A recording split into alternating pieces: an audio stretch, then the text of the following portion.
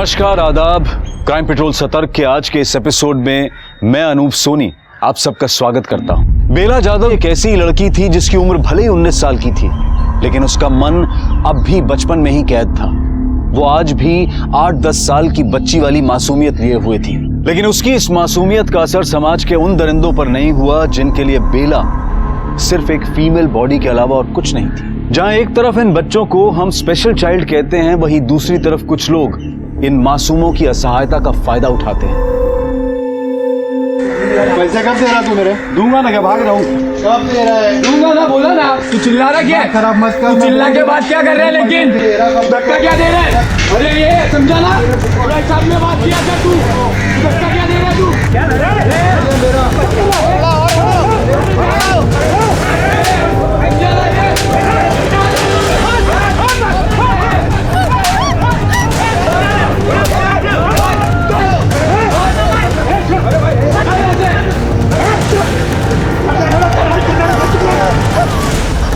इसको क्या हो गया? बेला, बेला, बेला, बेला, कुछ नहीं होगा। बेला, देख कौन आया है? हाँ, तेरी नहीं, बेला, होगा, देख कुछ नहीं हुआ। देख कौन आया है? इंदु वाहिनी। चल चल नहीं छोड़ा मुझे। देख इंदु वाहिनी है ना, कुछ नहीं होगा। हे मीता, देख नहीं रहा मैं पढ़ रहा हूँ। बंद कर टीवी, कल परीक्षा है मेरी। तो मैं क्या करूँ? टीवी बंद कर, नाता काना खाली वाजवेन तुला। कशाला? तेरी परीक्षा है, तेरे को पढ़ना है, तू कहीं और जाके पढ़ना दादा। मेरा प्रोग्राम था। वो चर्बी आ गई ना तुझे? हाँ, बड़े भाई से ऐसे बात करेगी? हाँ? अपनी बहन को मारता है, शर्म नहीं आती तुझे? तो क्या करूं? परीक्षा है, फेल हो जाऊं? साला किस्मत ही खराब है। दोनों बहनें मिली, वो भी ऐसी। मिली बेला? हाँ, मिल जाएगी। वो इंदु गई है उसे ढूंढने के लिए, यही कहीं गई होगी खेलते खेलते। बेला अंदर चल। नहीं छोड़ो मुझे। नहीं, कुछ नहीं होगा बेटा। बड़ा बड़ा कुछ नहीं होगा। मैं हूं ना, आप लोग घर आए हैं। गया मेरा सीरियल। अब ये चिल्लाती रहेगी 10 घंटे। अब समझा ना डिस्टर्ब होना क्या होता है? नहीं छोड़ो मुझे। अरे बेला ऐसा क्या करते हैं? बेला शांत हो जा बेटा, गप बस। देख देख बेला, अभी शांत हो जा, फिर शाम को अपन छुपन छुपाई खेलना। कहा है तुम्हें कि बेला पे ध्यान दिया कर, ध्यान दिया कर। तुम हो कि क्या कर रही थी तुम? ओहो, तुम तो मत चिल्लाओ। एक तो इसका बच्चा दिमाग, ऊपर से तुम्हारा चिकना चिल्लाना, इसकी वजह से इसके दौरे और बढ़ने लगे हैं। सॉरी बाबा, वो मैं पीछे कपड़े सुखाने गई तभी बेला कहीं निकल गई। अगली बार से ऐसा नहीं होगा, मैं ध्यान रखूंगी। ठीक है, तुम इसे वैद्य जी की दवा दे। पर बाबा वो तुम आई थे ना, इसे वैद्य जी की दवा शांत करती है। दे तिला दवा। हो चल, कुछ नहीं होगा तुझे। मैं तुझे कुछ किचन में खाने को देती हूँ। अच्छा अच्छा चॉकलेट दूंगी। चल, मुझसे मेरी बेटी की हालत बिल्कुल नहीं देखी जाती।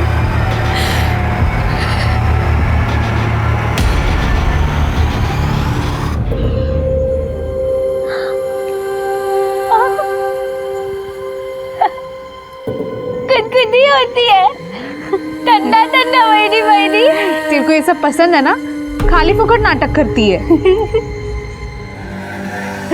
अरे तुझे तो अरे नहीं ना वहीनी, ठंडा ठंडा कूल कूल।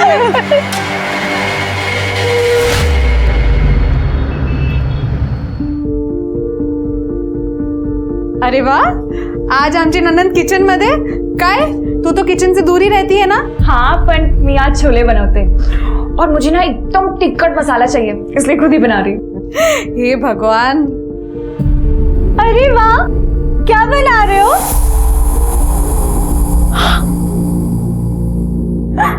मीठा चीता छोले बना रहे हो? मैंने बोला ना मेरे को मीठा चीता नहीं बोलने का। ठीक है, तो चीता मीता बुलाऊंगी, पर पहले मुझे छोले बनाने दो ना। कोई नहीं पगना।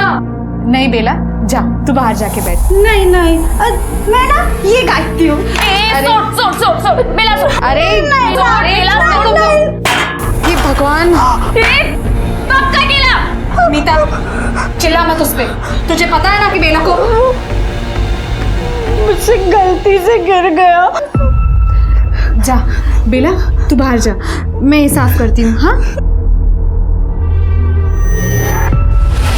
मीता, मैं ये सब साफ करती हूँ, तू वापस काट। उसको बोलने को नहीं होता ना। मीता दोबारा से काट। मुश्किल कट जाए मेरा। क्या मस्त है यार ये। ये देखना, ये अपने को मिलेगी क्या? इसको ढूंढना पड़ेगा। देख ये देख, वो देख सबसे मस्त। ये तो अपनी एरिया की पपलू परी है ना। चल कुछ मस्ती करते। पैसा दे। कौन सा पैसा रे? ये काय का पैसा तेरा? तेरे को उस दिन पैसा दिया ना, पैसा रिटर्न कर तू। जाना शाना बन रहा है, पैसा दे ना साले। पैसा तू नहीं देगा, जा तो तेरे को पैसा दे।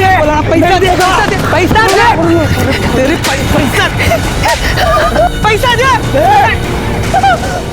ये बेला, ये बेला को क्या हुआ? बोलो ना, तुझे चिल्ला मत, डर गई ना बेचारी। सॉरी बेला, चल तुझे चॉकलेट देते। बहुत सारे चॉकलेट है ना। हाँ डर मत, बिल्कुल मत डरो। अरे पर चॉकलेट कहाँ गई? इसकी ड्रेस में है ना। हाँ तुम्हें मालूम है, चॉकलेट मैंने जादू करके ना तुम्हारे ड्रेस में डाली थी। चलो चलो निकालते हैं। हाँ जेब चेक कर दो। जेब ही नहीं है, सलवार में हो गया ना। चैन में देखते, रुक। मिला चॉकलेट? नहीं यार, कहाँ है? नहीं मुकेश, कुछ नहीं।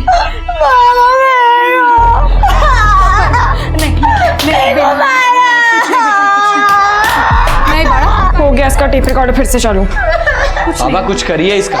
आज निकल जाती थी इज्जत इसकी, कब तक चलता रहेगा ये? हाँ कैसे आवारों जैसा घूम रही है ये बाहर। मैं कल ही वैद्य जी के पास जाता हूँ और उनको बोलता हूँ कि इसका डोज बढ़ाओ। नहीं बाबा, वैद्य जी के पास नहीं। बहू तुला चांगलं से माहिती आहे, उनकी दवाई इस पर असर करती है। हाँ बाबा, थोड़ी देर के लिए सही, इसका टेप रिकॉर्डर तो बंद हो जाता है दवाई लेके। बाबा वो हम बेला को पागलखाने में नहीं डाल सकते? मीता गप्पा बस। मेरा मतलब था इलाज के लिए। और इलाज के लिए पैसे कौन दे रहा? ये होने वाला ससुर देगा।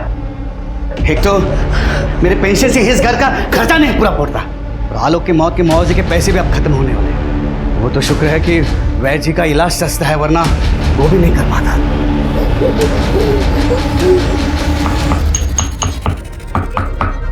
अरे बेटा हाथ में लाओ से ये नहीं नहीं नहीं नहीं। अरे बेटा नहीं, ये मुझे ये बेटा ये चल चल चल ऐसा ना करे। चल ले ले ले पानी पी ले, पानी पी ले। छी कड़वा है।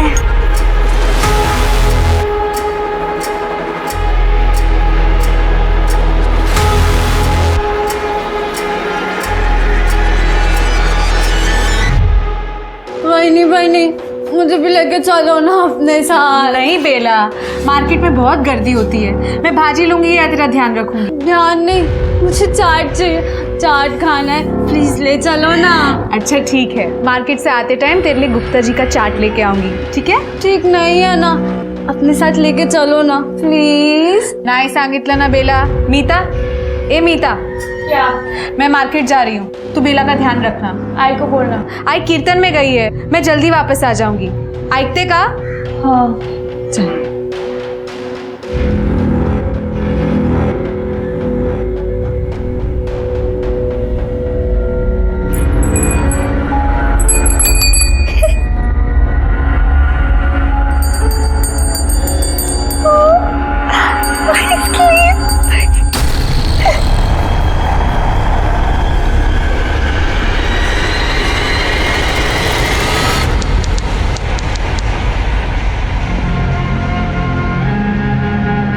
बेला सुन, ए बेला बाहर आ, देख मैं तेरा फेवरेट चाट लाई हूँ। क्या इंदु तूने ना इसको बिगाड़ के रखा हुआ है। लेकिन मुझे अच्छा लगता है। तू उससे इतना प्यार करती है, उसका ध्यान रखती है। क्या आई, बेला मेरी बेटी जैसी है। पर बेला बेला कुठे आहे?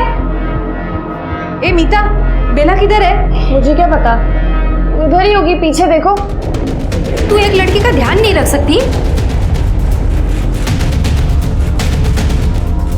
बेला नहीं आई। बेला पीछे तो नहीं है? नहीं है?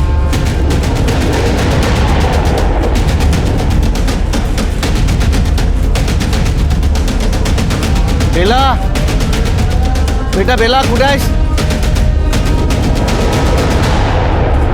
मैंने कोई गड़बड़ नहीं की, मैं तो यहीं पे बैठ के उसका ख्याल रख रही थी। पता नहीं कब कहाँ निकल गई। तेरे जैसी लापरवाह लड़की ना मैंने आज तक नहीं देखी। आई मेरे को। बाबा मिली क्या? आई क्या? बाबा, आपने सब जगह बरोबर देखा ना? हो ना इंदु, सब जगह देखा लेकिन वो नहीं मिली। मुकेश तो उसे शहर के बाहर ढूंढ कर आया। हो वही नहीं था, मैंने उधर भी देखा, नहीं थी वो। बाबा, फिर पुलिस के पास चले? हो जाऊया ना। अरे बाबा, हो क्या, पुलिस के पास क्यों जाना है? बेला ने पहले इतना नाटक किया है, अब पुलिस आएगी और नाटक होगा। लेकिन उसको ढूंढना तो पड़ेगा ना। खुद आ जाएगी। आई, आप क्यों टेंशन ले रहे हो? और अगर नहीं आई तो कल चलते पुलिस स्टेशन। मतलब वो रात भर बाहर रहेगी? अरे देवा, तिच्यासोबत काही उल्टा सीधा हो गया तो? अरे आई, कुछ नहीं होगा उसके साथ, आ जाएगी वो, क्यों टेंशन ले रहे हो?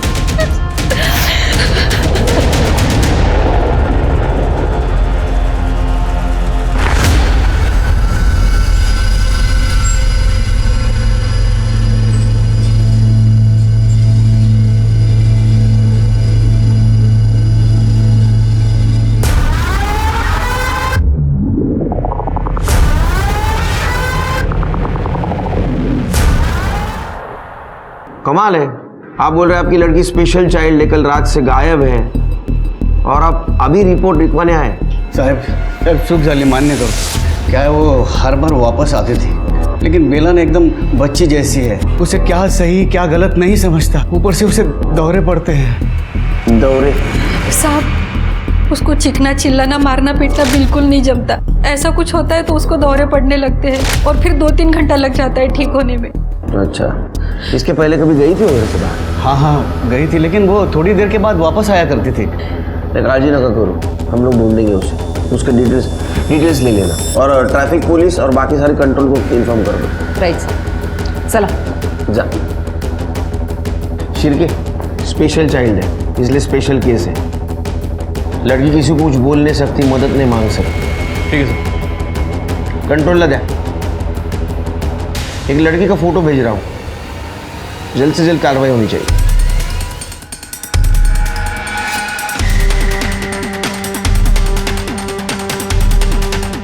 हो साहब, आम्ही बघितलं तो मैं जादव के घर गया और उसकी बहू को लेके आया। हमने देखा कि वो 2 लड़के वो बेला के साथ कुछ गलत कर रहे थे, मतलब ऐसा गलत जगह पे छू रहे थे उसे। छोड़ बेला, तू ठीक है ना? लाज नहीं वाटत? माँ बाप ने क्या संस्कार दिए? अरे वही खाली पीली काय को गरम हो रहे, हम तो इसका ध्यान रख रहे थे, है ना बेला? ऐसे अपनी बहनों का भी ऐसे ध्यान रखते हो? हाँ, छाती छू के? अगली बार से बेला के साथ ऐसा कुछ भी किया है ना तो सीधा पुलिस के पास लेके जाऊंगी। सर हम तो उसका ध्यान रख रहे थे, आज शपथ सर, वो तो हमारा झगड़ा देख के डर गई साहब। तुम दोनों अच्छे दोस्त हो? हाँ सर, हम बचपन की बेस्ट फ्रेंड है, स्कूल टाइम से। कभी नहीं लड़ते सर। कभी लड़ना भी नहीं चाहिए, कि किसी के सामने भी नहीं लड़ना चाहिए। जैसे उस दिन बेला के सामने लड़ रहे थे ताकि बेला को दौरा पड़ जाए, फिर उसका फायदा उठाए ना। क्यों लड़ रहे थे? क्यों लड़ रहे थे? साहब हम तो उसकी फिरकी ले रहे थे, उसको डराने के लिए हम लोग ने उसके सामने झगड़ा किया था, फिर उसको दौरा पड़ा, पीछे वाली गली में लेके गए सर, ऐसे ही मस्ती करने के लिए। साहब हमने ज़्यादा कुछ नहीं किया साहब, उसकी वही आके उसको लेके गई और उसके बाद हमने उसको देखा भी नहीं है साहब, कसम से। वो सर कुछ नहीं किया हम लोग ने। फिर से ऐसा किसी के सामने कुछ नाटक किया ना, 12 महीने के लिए अंदर डाल दूंगा, समझा? शिरके बेला की डिटेल्स निकालो, किससे मिलती थी, कहाँ जाती थी, और किसी ने तो देखा होगा उसको। सर इनकी डिटेल्स चाहिए मुझे। बेला, बेला, छोड़ो मुझे नहीं।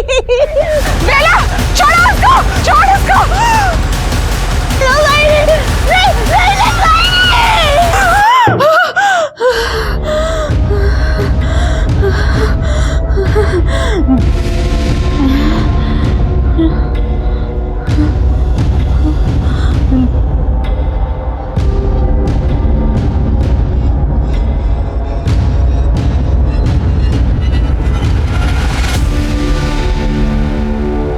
बाबू, मैंने सुना जादव की लड़की बेला परसों से गायब है।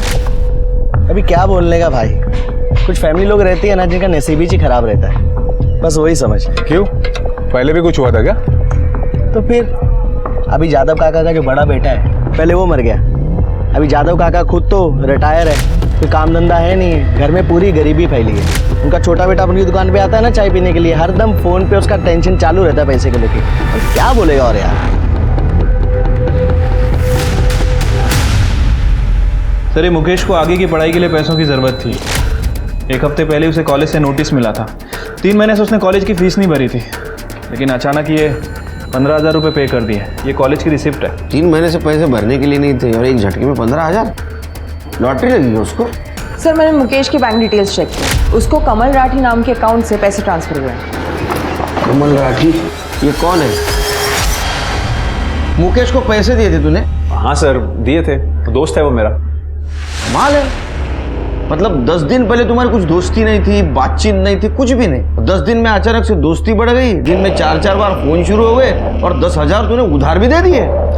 कॉलेज की फीस देना सर कोई क्राइम नहीं है। कमल तो कुछ और ही कह रहा है। वो तो कह रहा था कि किसी और मकसद के लिए पैसे दिए थे। सर बकवास है ये सब, वो झूठ बोल रहा है। ये मुकेश तो बोल रहा है कि तू झूठ बोल रहा है, तूने उसकी कुछ मदद नहीं की, हालांकि तूने उसकी उधारी चुकाई। उसकी उतनी औकात थी वो मुझे उधार देगा? वो तो बोल रहा है, वो इतने नहीं, वो तो बोल रहा तेरे को दिमाग नहीं, तू बददिमाग है। उसने मुझे बददिमाग बोला? हाँ हूं मैं बददिमाग, जो उसकी बहन के लिए मैंने पैसे दिए। कितने? हाँ, कितने पैसे दिए थे? 10,000? सच सच बोल, नहीं तो हॉस्पिटल में फीस भरने के लिए भी पैसा नहीं रहेगा तेरे पास। सर, मुकेश चाहता था कि मैं उसकी बहन के साथ सोऊं और उसे पैसे दूं, इसलिए सर वो। उसने बोला और तू मान गया? नहीं सर, पहले मैंने मना किया था उसे, और वो 15 दिनों से मेरे पीछे पड़ा था। फिर मेरे भी मन में लालच आ गया और मैं। कितने में बेचा था उसने बेला को? सर 15,000 में। 15,000 के लिए अपनी बहन को बेच दिया? तुझे शर्म नहीं आई, घिनौने इंसान? सर, कॉलेज में फीस नहीं भरता तो कॉलेज वाले निकाल देते। अब वैसे भी सर, मेरा बाप तो कंगाल है और मैं नहीं चाहता था कि मैं अपने बाप की तरह 15,000 की नौकरी करूं। अरे तू 2 कौड़ी की नौकरी करने लायक नहीं है। तेरे फ्यूचर की जिम्मेदारी तेरी बहन ने नहीं उठाई है, समझा? बेला के साथ क्या क्या किया तुमने? बता रहा हूँ सर, मैंने मुकेश को 10,000 रुपये फीस के लिए एडवांस दिए थे और बाकी के 5,000 में काम होने के बाद देने वाला था।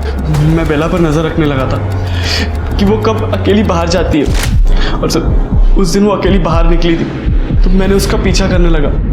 फिर सर रास्ते में मैंने कमल को भी कॉल किया। सर मैं बेला को गांव के बाहर लेके गया। कहाँ जा रहे हैं? हम लोग ना गेम खेलने जा रहे हैं। अच्छा,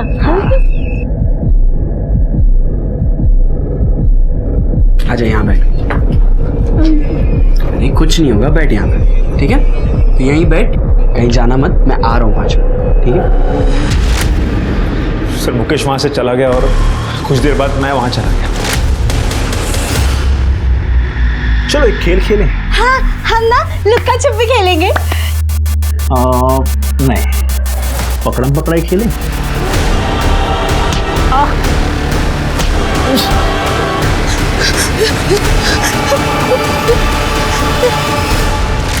फिर उसके पीछे गया होगा ना तू? 10,000 तो ऐसे बर्बाद नहीं करेगा तू। हाँ, क्या किया बेला के साथ? सर मैं सच कह रहा हूँ, मैंने कुछ नहीं किया। जैसे मैं बाहर निकला वो वहां से निकल गई थी। तेरी बहन मुझे यहाँ से मारकर भाग गई है। क्या भाग गई है? नहीं यार, शायद घर चली गई होगी। वो सब मुझे कुछ नहीं पता, मुझे मेरे पैसे वापस चाहिए। तेरी हवस की वजह से पता नहीं उसके साथ क्या क्या हो रहा होगा और कहाँ होगी। आखिरी बार कहाँ देखा था उसको? जगह दिखाओ। इधर है।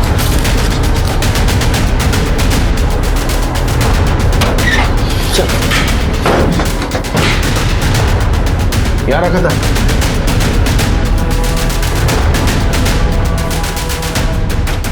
मैं तो कुछ नहीं दिख रहा है सिर्फ। जगह तो खाली है, देखकर तो कुछ लग नहीं रहा। सिरके 2 टीम बनाओ, पूरा एरिया छान मारो। देखो बेला के फुटप्रिंट्स और कपड़े मिलते हैं। ठीक है सर। आसपास भी पूछताछ करो।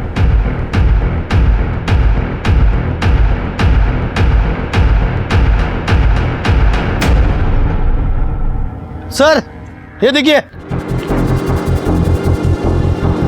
क्या है कार्ड? ये चप्पल है सर। ये विक्टिम की हो सकती है। एविडेंस बैग में डालो सर, और आगे चेक करो। सर दुपट्टा,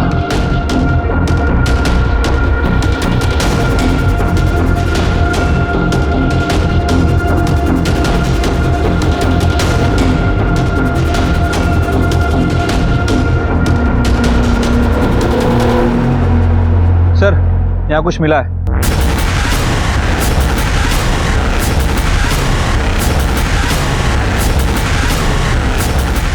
आइए सर, ये देखिए, यहाँ शराब की बॉटल्स मिली है और वो दुपट्टा और चप्पल। सर यहाँ कुछ ना कुछ तो हुआ है।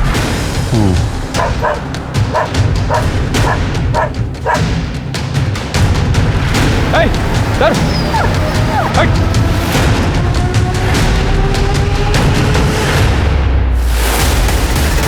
देख, पहचानता है? बेला। शेर के क्राइम स्पॉट यही है, फॉरेंसिक को बुला। इस जगह की एक एक इंच की फॉरेंसिक रिपोर्ट चाहिए मुझे। सर हाँ दिशा। सर मैंने बॉडी अच्छे से चेक की, बेला का बहुत बुरी तरीके से रेप हुआ है। और क्या? सर उसके प्राइवेट पार्ट्स में कचरा भरा गया, बहुत बुरी मौत मिली है बेचारे को। और सर एक ईयरिंग भी मिसिंग है उसके। करने लेके आओ उनके इधर।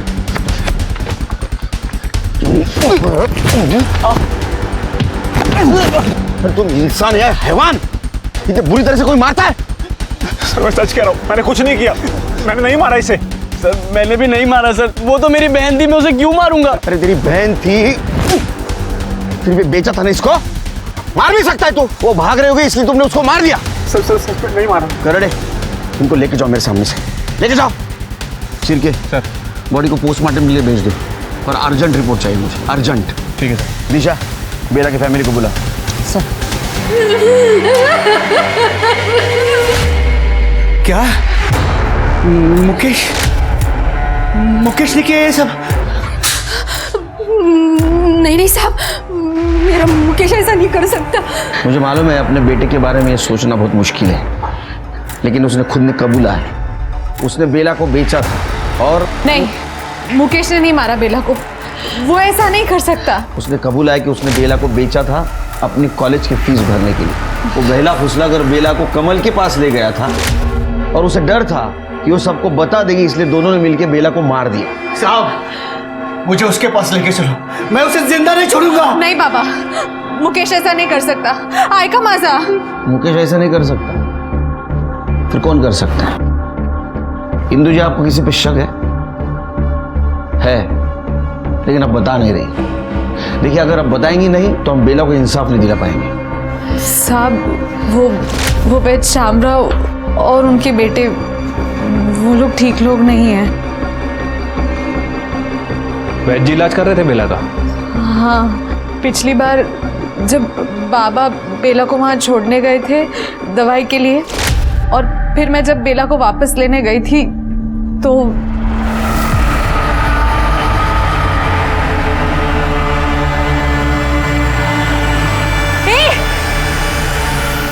हलकट दे नालायक, बीमार है वो, और तुम लोग ने इसको भी नहीं छोड़ा। अगर बाहर मैंने किसी को बताया ना कि तुम लोग ने क्या किया तो दुकान बंद हो जाएगी तुम्हारे बाप की। इंदु, क्या हुआ? काई को इतनी भड़की हुई है? बाबा देखो ना बहनी कैसे झूठ बोल रही कि बेला को हाथ लगा रहा था। आप ही ने बोला था ना बेला का ध्यान रखने को, उसकी सांस रुक गई थी, वही चेक कर रहा था मैं। देखा मैंने कैसे चेक कर रहा था। इंदु, मुझे मेरे बच्चों पर पूरा भरोसा है और मुझे अपनी आंखों पे। अगर फिर से ऐसा कुछ हुआ ना तो तीनों के तीनों जेल जाओगे। साहब ये सब झूठ है, ऐसा कुछ भी नहीं हुआ। अभी बेला के जाने के दुख में ज्यादा लोग कुछ भी बोल रहे हैं। हाँ, इंदु के लिए बेला बच्ची जैसी थी और पति के मरने के बाद बेला से ही उसका मन लगा रहता था। देखिए वैद जी, बिना किसी ठोस वजह के कोई किसी के खिलाफ नहीं बोलता, और खासकर गांव के वैद के खिलाफ तो बिल्कुल नहीं। देखिए साहब, मैं बेला का इलाज कर रहा था। बेला की तबीयत पूरी तरीके से ठीक होने के पहले ही बेला मर गई, इसीलिए इंदु मुझ पर चिड़ी हुई रहती है, कुछ भी बोलती रहती है। अरे बीमारी को ठीक होने के लिए टाइम लगता है साहब। 100% सक्सेस रेट है माझा। पूरे 50 साल से वैद हूँ साहब। मतलब तुम लोगों ने बेला के साथ कुछ नहीं किया जैसा कि इंदू ने देखा था? हाँ सर, नहीं छुआ।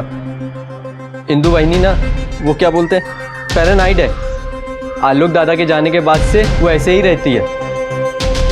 हम लोगों ने बेला को कभी बुरी नज़र से नहीं देखा। साहब मी गारंटी के तो साहब मेरे लड़के ऐसा कुछ भी नहीं कर सकते।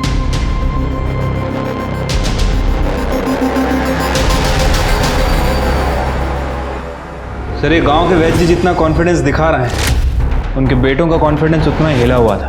एक काम करो शेर के, क्राइम स्पॉट का डम डाटा निकालो, चेक करो उस दिन शाम को इनमें से कौन कौन वहाँ था। ये जादू फैमिली भी गड़बड़ लग रही है, खास करके इंदू। सर, बेला की पोस्टमार्टम रिपोर्ट।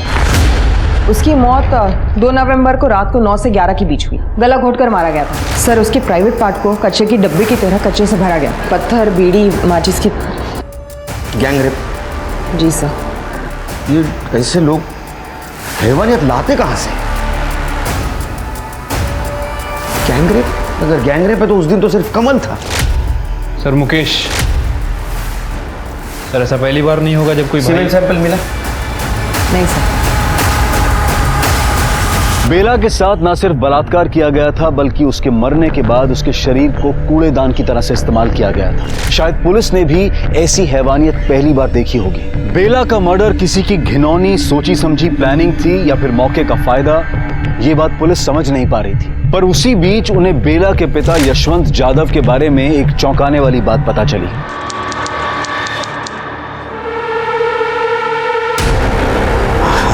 बस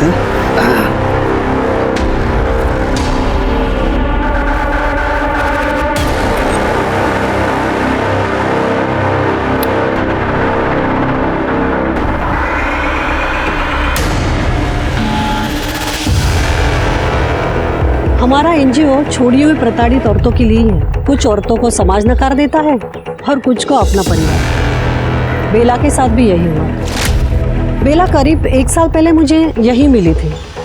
एकदम डरी, सहमी सी, डिसओरिएंटेड थी, जैसे किसी ने दवा पिला दिया उसको। अच्छा, जब बेला आपको यहाँ पे मिली तो उसने बताया था कि उसे यहाँ किसने छोड़ा? जैसे उसको थोड़ा होश आया तो एकदम से उसने अपना नाम और पता बताया और उसने कहा कि उसके बाबा यहाँ उसको छोड़ कर गए।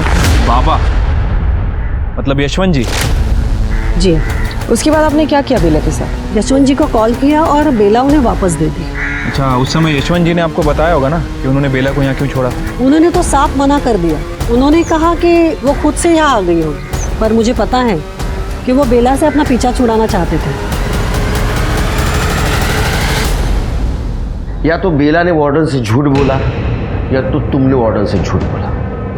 अब सच क्या था हमें बताओ। साहब, मैंने झूठ बोला था साहब। मैंने एक बार नहीं 2-3 बार बेला को अलग अलग जगह पर छोड़ने की कोशिश की थी, लेकिन हर बार वो वापस आती थी साहब। तुम्हारे खुद की बच्ची थी, स्पेशल चाइल्ड थी, फिर भी ऐसा बर्ताव कर रहे थे उसके साथ?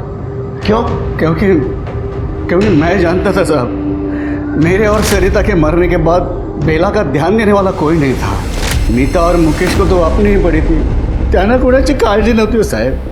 और रही बात इंदू की, वो अकेली बेचारी उसे कितना संभालती, कब तक संभालती। और साहब, जिस घर का बच्चा मानसिक रूप से विकलांग होता है ना, उस घर के दूसरे बच्चों की शादी होने में बहुत दिक्कतें आती हैं साहब। तो इसलिए तुमने तय किया कि बेला से परमानेंट पीछा छुड़ाया जाए। तो ऐसा भी हो सकता है कि बेला तुम्हें रास्ते में मिली, उसने मुकेश की करतूतों के बारे में तुम्हें बताया, तुम्हें डर लगा तुम्हारे बदनामी का, इसलिए तुमने बेला को मार दिया। नहीं साहब, मैं नहीं मारला, मैंने नहीं मारा उसे साहब। आप मेरे बच्ची के कातिलों को ढूंढिए ना साहब, ढूंढिए मेरे बच्ची के कातिलों को। ठीक है, जाओ चिरके मर्डर स्पॉट पे यशवंत का मोबाइल एक्टिव था क्या पता करो, डम डाटा चेक करो।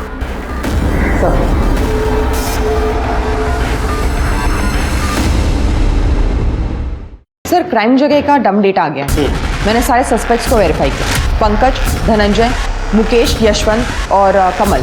किसका नंबर मिला? सर, इनमें से किसी का भी नंबर पिंग नहीं हुआ जहां पर बेला का रेप हुआ, लेकिन एक नंबर 8:30 से 9:30 बजे के बीच एक्टिव था।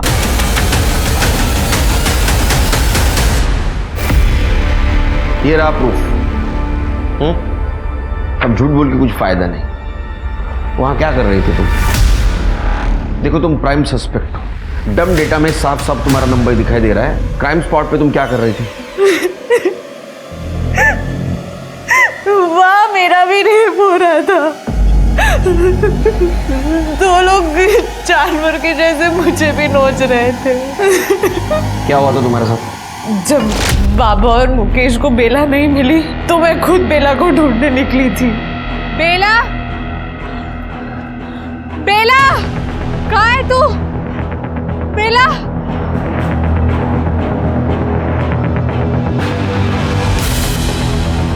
ये बेला, बेला, किधर है तू? बेला,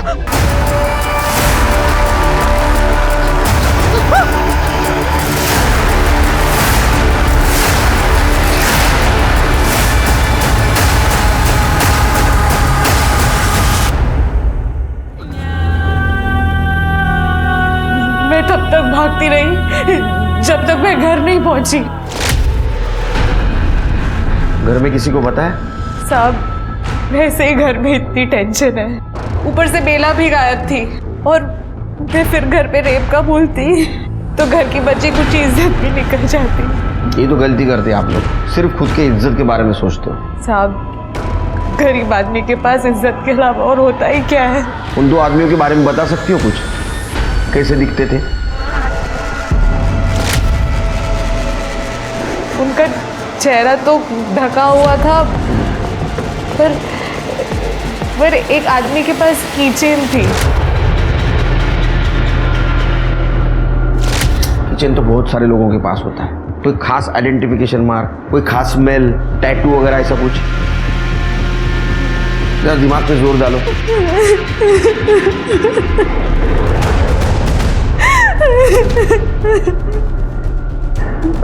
ठीक है, इनको मेडिकल के लिए लेके जाओ। सर कुछ गड़बड़ लग रही है। पहले मुकेश को डिफेंड कर रही थी और जब खुद का नंबर निकला तो बोल रही है कि मेरे साथ भी रेप हुआ है। सर मुझे लगता है कि ये मुकेश और खुद को बचाने की कोशिश कर रही है। सच क्या और झूठ क्या है ये तो मेडिकल रिपोर्ट के बाद ही पता चलेगा। सर, मैं इंदू के बारे में उसके मायके के यहाँ पता कर रही थी। इंदू के कजिन प्रकाश कदम की शादी बेला की बहन मीता के साथ तय हुई थी। करीब 1 महीने पहले टूट गई, लेकिन किसी को ठीक तरीके से पता नहीं क्यों टूटी। अफवाह यह है कि प्रकाश ने बेला को मोलेस्ट किया। सर ये सब झूठ है सर, मी असं काही केलेलं नाही है। तो जादव फैमिली ने तेरे साथ ऐसे रिश्ता तोड़ दिया? मैं आपको बोलता हूँ सर, ये मीता का है ना, जरूर किसी और के साथ लफड़ा होगा। हाँ, इतने पेशेंस नहीं मेरे पास। ये हुआ होगा, वो हुआ होगा, सच सच बता ताकि बेला के कातिल तक हम पहुंच सके। नहीं बताएगा? सिरके लेके जा इसको अंदर। चल, नहीं सर, सांगतो सर। पहले कसं टाइमपास करू तर मग? सगाई वाले दिन मैंने बेला को कपड़े बदलते देखा था सर। मुझे लगा थोड़ी पागल है, क्या बोलेगी, तो मैं उसके रूम में घुस गया सर। मैं कर रहा हूँ ना, मैं बांधता हूँ। चल नहीं छोड़ो मुझे। कर रहा हूँ ना। नहीं छोड़ो मुझे। अरे प्रकाश, खोल, लाज नहीं वाटत तुला? निकल यहाँ से, निकल यहाँ से। मेरे से गलती हो गई सर, मैं मानता हूँ मेरे से गलती हो गई। मैंने मीता के परिवार वालों को भी बोला कि मेरे से गलती हो गई, वापस नहीं होगी। वो बेला को वैसा देखकर मेरे को क्या हो गया था सर, कुछ समझ में नहीं आया सर। लेकिन उन्होंने सगाई तोड़ दी सर, और ये तो इंदु ताई की रिश्तेदारी थी कि उन्होंने बाहर किसी को ये बात नहीं बताई। उन्होंने कुछ बताया तेरे को? नहीं सर, उसके बाद तो इंदु ताई ने मुझसे बात करने ही बंद कर दिया, और तो और उसके घर पे कोई भी मुझसे बात नहीं करता सर, सिवाय मुकेश के। हाँ, ये और मुकेश की दोस्ती नहीं समझ में आई रे। सर दोस्ती नहीं है सर, मुकेश ब्लैकमेल करता है मुझे सर। अभी मेरी किसी और के साथ सगाई हो गई है, तो ये बेला वाली बात बाहर ना आए इसलिए मुझे मुकेश को पैसे देने पड़ते हैं सर। ये बात अगर बाहर आ गई तो मेरे लिए अच्छा नहीं होगा सर।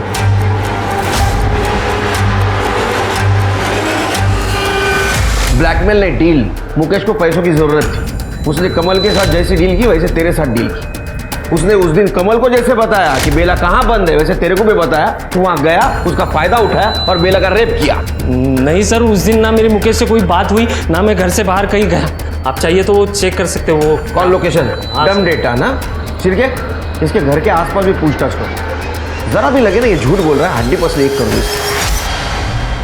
हाँ सर, मैंने प्रकाश को ब्लैकमेल किया था सर। कमल ने मुझे सिर्फ 10,000 दिए थे और मुझे कॉलेज में 15,000 भरने थे, इसीलिए सर मैंने प्रकाश से मांगे थे। अपने बेचारे बहन को सामने करके धंधा कर रहा था ना तू, तुला लाज नहीं वाटत? और क्या क्या छुपा रहा है हमसे? कमल के साथ मिलके अपनी बहन बेला का मर्डर किया है तूने? नहीं सर नहीं, मैंने अपनी बहन का मर्डर नहीं किया है। मैंने आपको कितनी बार कहा। सर, इंदु जाधव की मेडिकल रिपोर्ट आ गई है।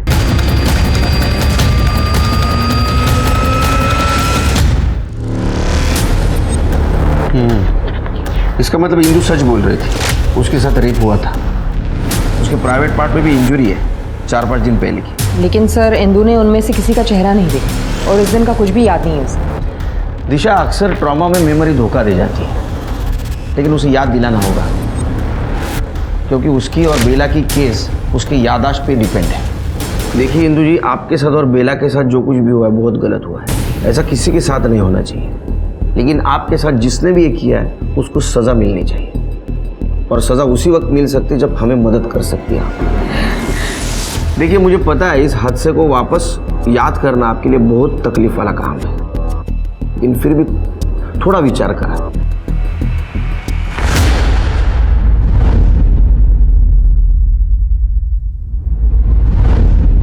साहब, वो आदमी के पास एक कीचेन था, लाल कलर का स्पाइरल वाला।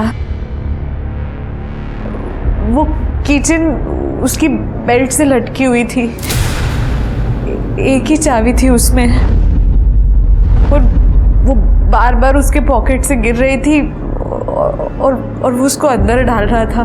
तो दोनों के मुंह से बहुत गंदी बात आ रही थी। वो बदबू अभी भी मेरे दिमाग में है। शायद बीड़ी की थी। शिरकी, एक काम करो, गांव के आसपास और गांव में जितने भी पान ठेले हैं वहाँ से बीड़ी के सैंपल लेके आओ, और इंदु जी जो बता रही है उस तरह का किचन का सैंपल भी लेके आओ। इंदु जी, इस तरह की की चेन अक्सर बाइकर्स लोग यूज़ करते हैं, और इसका दूसरा पार्ट यहाँ बेल्ट में अटैच होता है ताकि चाबी गिरे ना। क्या इस तरह की चेन थी उसके पास?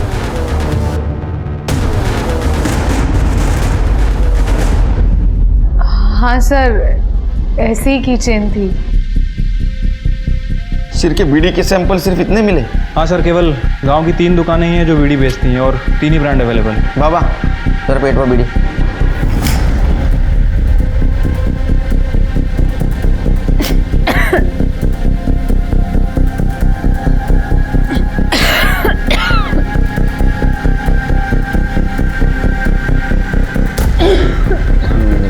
पानी दो, पानी दो।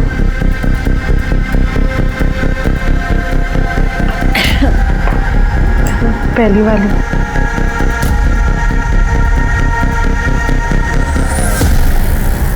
ऐसी बदबू थी शायद।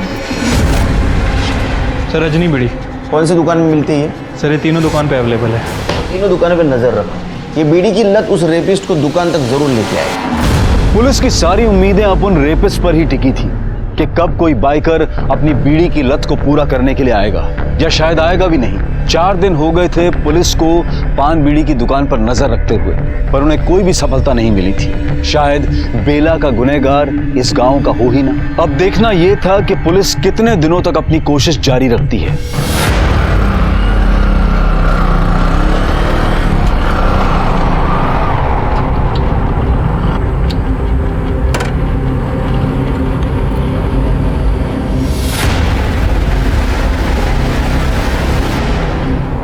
रजनी बीड़ी दे रहे, दे। ये कौन है ये? पुलिस! अरे चल, पकड़ो इसे। काय को पकड़ रहे? ओए, मैंने क्या किया?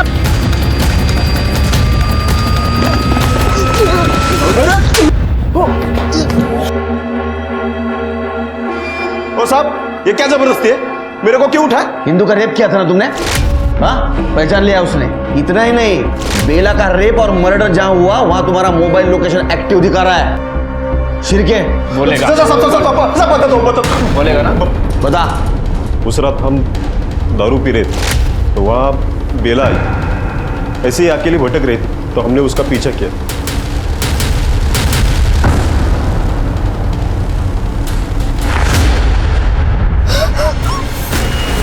किसी तरह से वहाँ से भाग निकली। हमें मालूम था उसने हमें पहचाना नहीं है, इसलिए हमने उसका पीछा नहीं किया। फिर वापस साइड में हम कि उसे जंगल के कोई जानवर नहीं तो कुत्ते खा जाएंगे और किसी को कुछ पता भी नहीं चलेगा।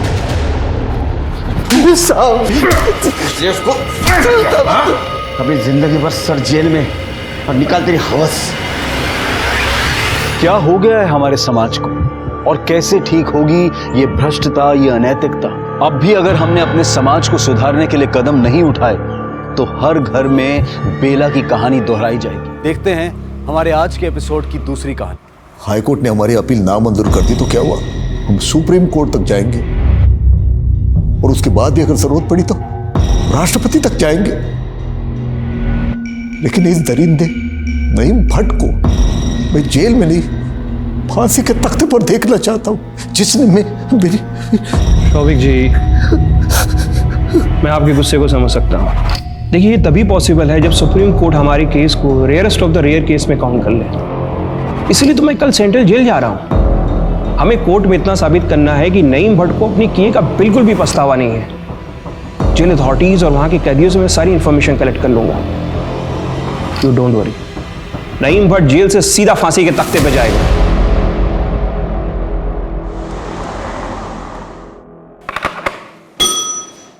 जी साहब। उमेश, कल एक लॉयर आ रहा है, उसे कैदी नंबर 52 नईम भट्ट, उसकी डिटेल चाहिए, देख लें आप। कैदी नंबर 52? ध्यान नहीं आ रहा है। मैं कैदी नंबर 52? वो तो परोल पे है 6 महीने से। क्या पैरोल पे है 6 महीने से? ये कैसे हो सकता है? जाओ पैरोल रजिस्टर लेके आओ। जी साहब।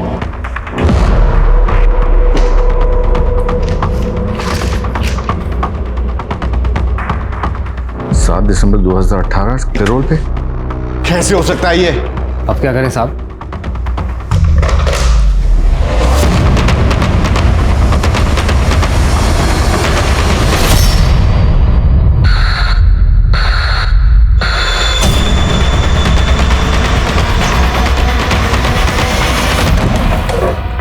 क्या कमिंग सर? आओ, खड़ा हो। क्या है सर? जय हिंद। तो मैं तुम्हारा एक केस स्टडी कर रहा था। तुम्हारा पुराना केस फिर से रीओपन करने की नौबत आ गई है। कौन सा केस सर? ये उस वक्त का केस है जब तुम पीएसआई हुआ करते थे। ये भट्ट बहुत शातिर मुजरिम है सर। अगर इसके इस तरह फरार होने की खबर बाहर आई तो डिपार्टमेंट की काफी बदनामी हो सकती है। It's a very delicate matter और ये केस तुमसे बेहतर कोई हैंडल नहीं कर सकता। ये भट्ट कश्मीर का रहने वाला था। आई थिंक ये भागकर वहीं गया होगा। हाँ, मुझे भी ऐसा लगता है। लेकिन अगर उसे जरा भी भनक लगी कि हम उसे ढूंढने की कोशिश कर रहे हैं तो वो बॉर्डर पार करके उस पार चला जा सकता है। और अगर उसने ऐसा किया तो उसे पकड़ना नामुमकिन हो जाएगा। हमें बहुत एहतियात बरतनी होगी और एक एक कदम खून के रखना होगा। राइट। और कश्मीर की हालत तो तुम्हें पता है। फिर भी हमने पिछले हफ्ते लोकल पुलिस की मदद से एक ऑपरेशन लॉन्च किया था और उसमें तुम्हारा जूनियर अमर दीक्षित भी शामिल था। हाँ अमर, मैं भी तुम्हारी उस कश्मीर वाली केस के बारे में बात कर रहा था। Will you please brief him? Yes sir. Sir, तकरीबन 1 हफ्ते पहले हमने लोकल पुलिस की इंफॉर्मेशन से एक घर पे रेड किया था। उतरो जल्दी। कौन सा घर है जनाब? ये और तुम लोग यही रुको, मैं आगे जाता हूँ, मुझे बैकअप देना।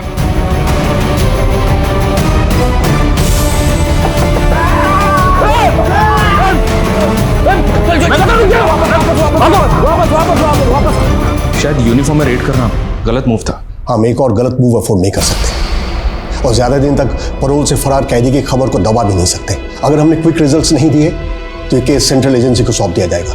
उसकी नौबत नहीं आएगी सर। मैं अभी इसी वक्त इस केस पर लग जाता हूँ। बट सर, मेरी एक रिक्वेस्ट है। बोलो। इस मिशन के लिए टीम मैच चुन। Okay, thank you sir. और सर, एक रिक्वेस्ट और, मुझे इस केस में फ्री हैंड चाहिए। Okay, I fully support you. लेकिन एक बात है, जस्ट सी टू इट कि भट्ट बॉर्डर पार न कर पाए। I want him behind the bars at any cost. Crime petrol का हमेशा से यही मकसद रहा है कि लोगों में अपराध के खिलाफ सतर्कता बढ़े। लेकिन कुछ ऐसे केसेस होते हैं जो ना सिर्फ जनता के लिए बल्कि कानून और व्यवस्था के लिए भी सबक बन जाते हैं। आज का ये केस उन गिने चुने केसेस में से एक है जिसने सरकार को कई सालों से चले आ रहे 2 कानूनी प्रावधानों में बदलाव लाने पर मजबूर कर दिया। नियम कानून में मौजूद उन खामियों को उजागर किया जिनका फायदा उठाकर शातिर खिलाड़ी कानून से लुका छिपी का खेल खेलते थे। मिस्टर मेहता, सेटलमेंट करना ही सही रहेगा। मैं सामने वाली पार्टी से कह करके 15 लाख तक का कंपनसेशन करवा सकती हूँ, लेकिन इससे ज़्यादा पॉसिबल नहीं है। ओके। हाय मिस पायल। आप कौन? जी मैं वो हूँ जिनसे आप यहाँ मिलने आई हैं। Abhijeet. Right. Nice meeting you. तो क्या फैसला किया आपके क्लाइंट ने कंपनसेशन के बारे में? देखिए, कंपनसेशन में जो है आपको 20 लाख। मेरे क्लाइंट कंपनसेशन में 20 लाख देने को तैयार है। आउट ऑफ कोर्ट सेटलमेंट कर लेते हैं, क्यों मिस्टर मेहता? ओके। आइए, हाथ मिलाइए। मिस्टर मेहता, एग्रीमेंट के कुछ टर्म्स है, एक बार आप पढ़ लीजिए और इसके लास्ट पेज में आपका साइन चाहिए होगा। पिछले 6 महीने से इस नईम भट्ट को किसी ने नहीं देखा, तो पूरे चांसेस हैं कि इसने अपना नाम, हुलिया सब कुछ बदल लिया होगा। बहुत शातिर। ऐसे शातिर मुजरिम मैंने अपने करियर में बहुत कम देखे हैं, जिन्हें ना सजा का खौफ है ना गुनाह का कोई पछतावा। पर ऐसा शातिर मुजरिम पैरोल जम करके बाहर आज़ाद घूम रहा है, ये सोच कर ही मुझे गुस्सा आता है। सर, ये नईम भट्ट जिस जेल में बंद था, वहाँ से इसके बारे में कोई इन्फॉर्मेशन मिल सकती है क्या? क्योंकि उस जेल में कोई तो ऐसा होगा जो इसका दोस्त बना होगा। पक्का होगा, क्योंकि नईम भट्ट दोस्त बनाने में माहिर है। मिस पायल, हैप्पी? आपकी सोच से ज़्यादा कंपनसेशन दिलवाया मैंने। लेकिन क्यों? अपने क्लाइंट का नुकसान क्यों? केस तो आपका भी स्ट्रांग था। लेकिन क्या है, सच आपके साथ था और क्लाइंट से ज़्यादा सच की फिक्र करने की आदत है मेरी। वाह, इम्प्रेसिव। ठीक है, मिलते हैं कभी। कल मिले कॉफी पे, अगर आप फ्री है तो। So fast? नहीं, इफ यू डोंट वांट, हम कभी भी, आप जब आप फ्री हो तो, ऐसा जब आप। No no, I like it. मिलते हैं कल। श्योर। साहब, मैं मानता हूं कि मैं और भट्ट एक ही सेल में 1 साल से थे। हाँ, थोड़ी बहुत दोस्ती थी उससे, पर वो अपने ही ख्यालों में खोया रहता था। अच्छा, कभी बातचीत में उसने बताया कि पैरोल पर छूटने के बाद वो कहाँ जाएगा? कश्मीर जाएगा या कहीं और? वादियों में जाने की बात वो अक्सर करता था। हाँ साहब, एक आध बार उसने बताया था कि उसके कुछ रिश्तेदार रहते हैं उस पार। उस पार? तुम भी सेंट पीटर कॉलेज से पढ़े हो? मुझे तो कभी कॉलेज में दिखे ही नहीं तुम। क्या है ना, क्लास में कम, अपनी गर्लफ्रेंड के ख्यालों में जाता रहता था। क्या नाम था? बताओ ना। तुम्हें क्या बताऊं, अपनी गर्लफ्रेंड को नहीं पता आज तक। अच्छा, मतलब दैट साइलेंट लवर टाइप। तुम फट्टू हो क्या? जाओ जाके प्रपोज करो। पक्का? पक्का। आज तो प्रपोज करना ही पड़ेगा। तो लॉयर पायल, मेरे दिल का केस तुम्हारी प्यार की अदालत में रख रहा हूँ। प्लीज मुझे अपने साथ उम्र कैद की सजा सुना दो। सर, ये नईम भट्ट कठुआ का रहने वाला है और इसके कुछ रिलेटिव्स पुंछ के आसपास के एरिया में भी हैं, जो कि पाकिस्तान बॉर्डर के काफ़ी नज़दीक है। लोकल पुलिस से बात की है मैंने सर, पर मुझे लगता नहीं कि वो लोग कुछ ज़्यादा मदद करेंगे। पिछली बार हम लोग गए थे तो लोकल लोगों ने पथराव किया था।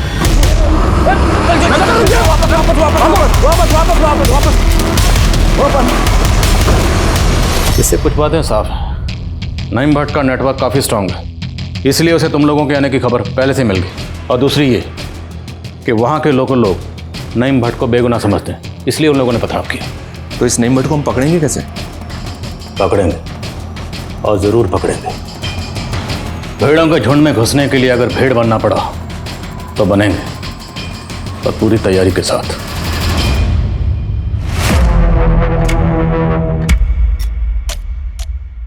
हसन मेहंदी, तुसी जलंधर से हो? हाँ जी। ठीक है, नौकरी पे रख रहा हूँ और कल किसी सोसाइटी में ड्यूटी फिक्स करता हूँ तेरी, ठीक है? शुक्रिया पाजी। चलो, कोई बात नहीं।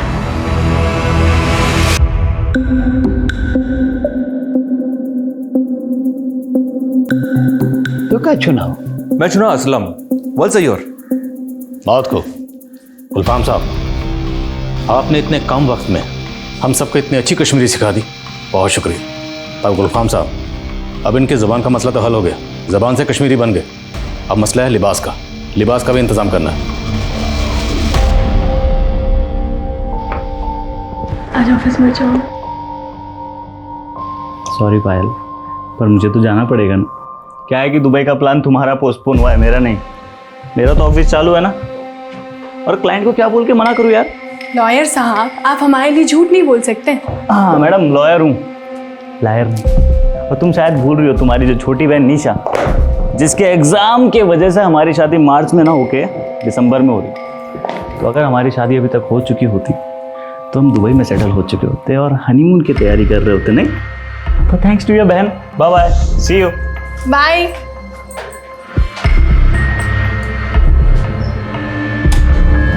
इसमें आप लोगों के कश्मीरी नाम, पते और हर तफसील मौजूद है। इसमें जो भी तफसील है उन्हें अच्छे से याद कर लीजिए, क्योंकि पूरे मिशन के दौरान हम में से कोई भी एक दूसरे को उसके असली नाम से नहीं बुलाएगा। आज से हम जो भी हैं वही हैं जो इस लिफाफे में हैं। और अगर कोई ज़रूरी बात करनी है तो हम एक दूसरे को गुलफाम साहब के ज़रिए पैगाम भिजवाएंगे। सर, गुलफाम साहब, आप कश्मीर में अपना खबरी नेटवर्क एक्टिव कर रहे हैं ना? जी जनाब। तो बस तैयार है हम लोग जन्नत के सफ़र के लिए, और जन्नत में छुपे हुए शैतान को पकड़कर यहाँ लाने के लिए, वो भी जल्द से जल्द। इससे पहले कि वह शैतान किसी और मासूम को अपना निशाना बनाए, हमें गर्दन से घसीट कर उसे यहाँ लाना है।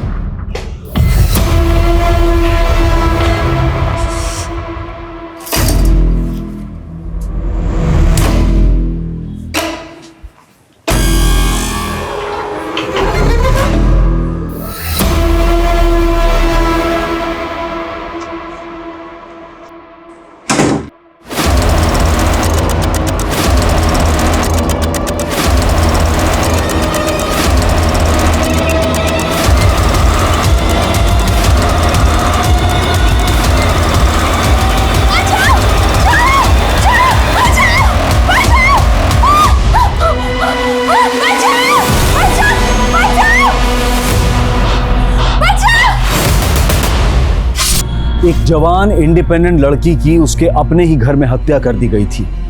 सुबह की पहली किरण आते ही पूरा शहर दहशत से कांप उठने वाला था। पढ़ाई या नौकरी के लिए अकेले रहने वाली महिलाओं की सुरक्षा एक चर्चा का विषय बनने वाली थी। लेकिन सोचने वाली बात यह भी है कि एक पॉश सोसाइटी में अपने घर की चार दीवारी में अगर कोई महफूज नहीं है तो फिर वो कहां है?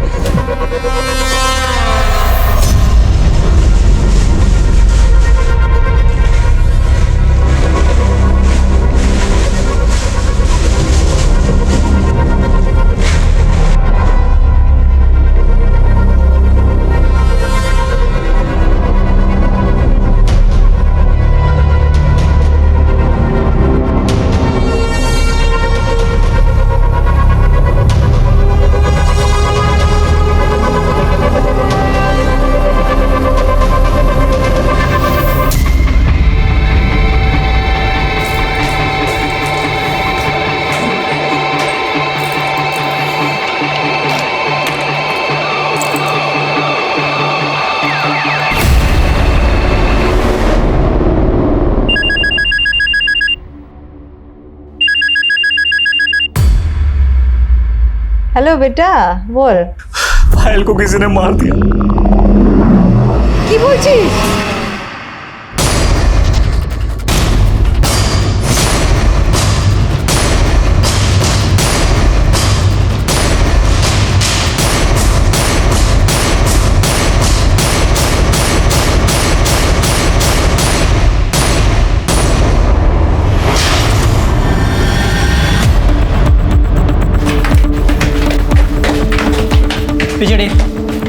पिछड़ी अपनी।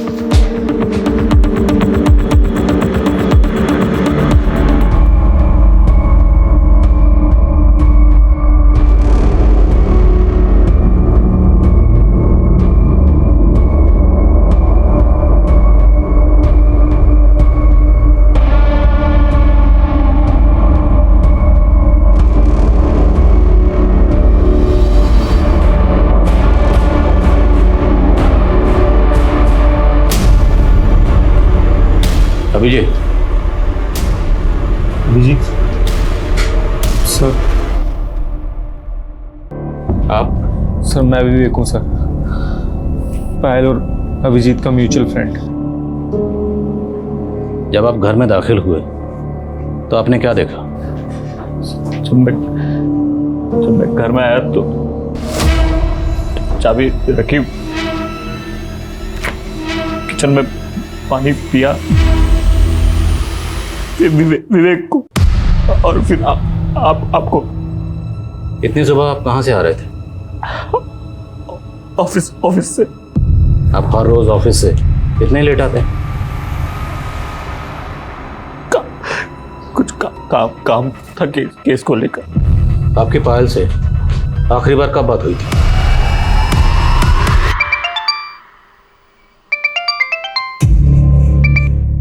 हेलो।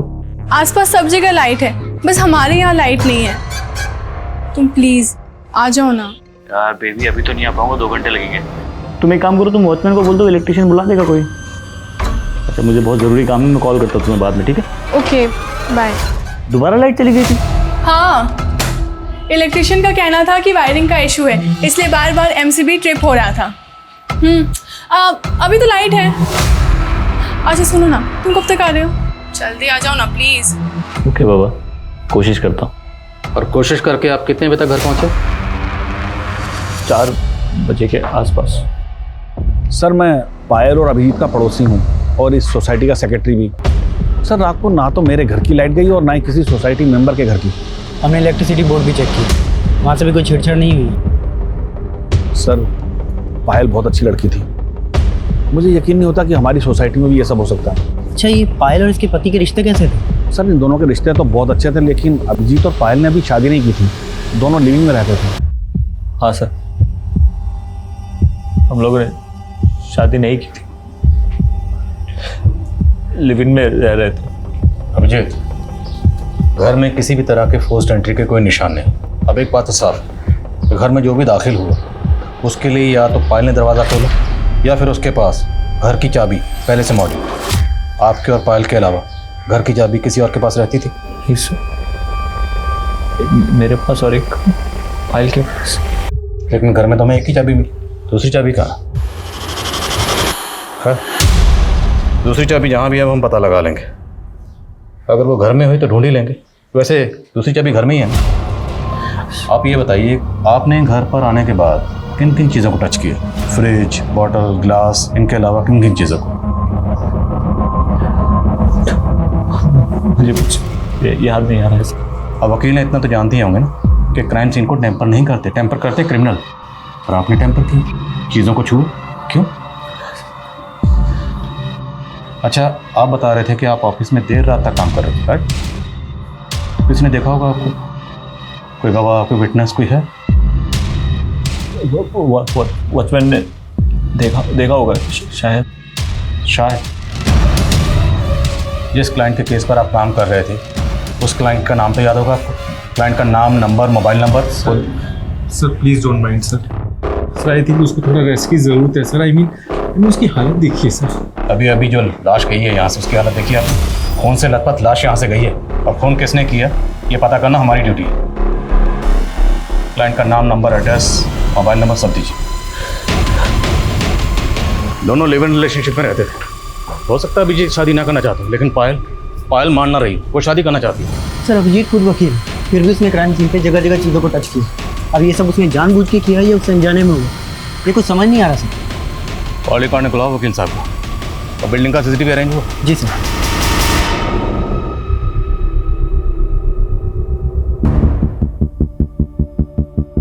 बारह बज के 21 मिनट पे ये गार्ड के साथ कोई आ रहा है, शायद ये इलेक्ट्रिशियन, लेकिन चेहरा साफ नजर नहीं आ रहा। गार्ड के साथ फिर से वही शख्स, लेकिन इस बार भी चेहरा नजर नहीं आ रहा। कौन है ये? सर इलेक्ट्रिशियन लगता है, क्योंकि 2-3 इलेक्ट्रिशियन बिल्डिंग में आते रहते हैं, लेकिन ये कौन है ये बता पाना मुश्किल है। लेकिन सारे इलेक्ट्रिशियन पास की बस्ती में रहते हैं। जरा गार्ड को बुलाइए, उसको बताओगे। सर वो तो नाइट शिफ्ट में था, अभी घर गया है। ये सेकंड फ्लोर का कमरा है, इसकी फुटेज प्ले क्यों नहीं हो रही? समझ नहीं आ रहा सर, इसे क्या हो गया? पिछले हफ्ते तो सारे कैमरे चेक करके गया था आदमी, लगता है फिर खराब हो गया। शायद खराब हुआ नहीं है, खराब किया गया। जितने भी इलेक्ट्रिशियन यहाँ पे आते हैं सबका एड्रेस दीजिए और मुझे पूरी रात की फुटेज चाहिए। जी सर। नहीं सर, मैंने गया था कल रात को। सच बोल रहा है ना? बिल्कुल सच बोल रहा हूँ साहब। मैं जीवन ज्योति बिल्डिंग में जाता हूँ इलेक्ट्रिशियन का काम करने के लिए, लेकिन कल रात को नहीं गया मैं। हाँ सर, कल 2 बार गया था जीवन ज्योति सोसाइटी और 203 वाली मैडम के घर की लाइट चली गई थी। यहाँ से सब ठीक है। मैडम मैं नीचे एक बार मेन स्विच देख के आता हूँ। 203 ना? अरे यार ये एमसीबी ड्रिप हुआ है यार। लाइट आ गई ना मैडम? हाँ भैया। अरे मैडम वो कुछ था नहीं, मेन स्विच का एमसीबी ट्रिप हो गया था, तो अभी ठीक कर दिया है, कोई प्रॉब्लम नहीं है। Okay, thank you. लेकिन आधे घंटे बाद गार्ड का फिर से फोन आया, तो जाके देखा तो एमसीबी ट्रिप हुई थी, उसको ठीक किया और फिर मैडम को बताया आप एक काम करो, कल तक के लिए ना एसी और गीजर मत चलाना, कल आके मैं पूरी वायरिंग चेक कर लेता हूँ। ठीक है? ठीक है भैया। ठीक। फिर मैं घर आ गया साहब। तेरी उंगली पे क्या हुआ? सब चोट लग गई थी। कब? कल। कैसे? सब भाजी काटते समय। जब तुम बिल्डिंग से बाहर आए थे तो निकलते हुए किसने देखा था? हाँ साहब, वो देखा था ना, वो गार्ड अहमद ने देखा था। सब उसके पास मेरा 500 रुपया उधार है साहब, दे नहीं रहा है। आप लोग बोल देंगे तो दे देगा साहब वो। देख, अगर मुझे बाद में पता चला कि तुमने कुछ झूठ बोला था या छुपाया था तो एक बात याद रखना, मैं बत्ती गुल नहीं करूँगा, पूरा फ्यूज उड़ा दूंगा। शहर छोड़ के कहीं मत जाना, समझ गए?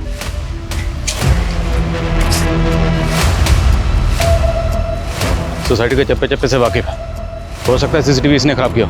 कॉल रिकॉर्ड्स निकलवा इसका।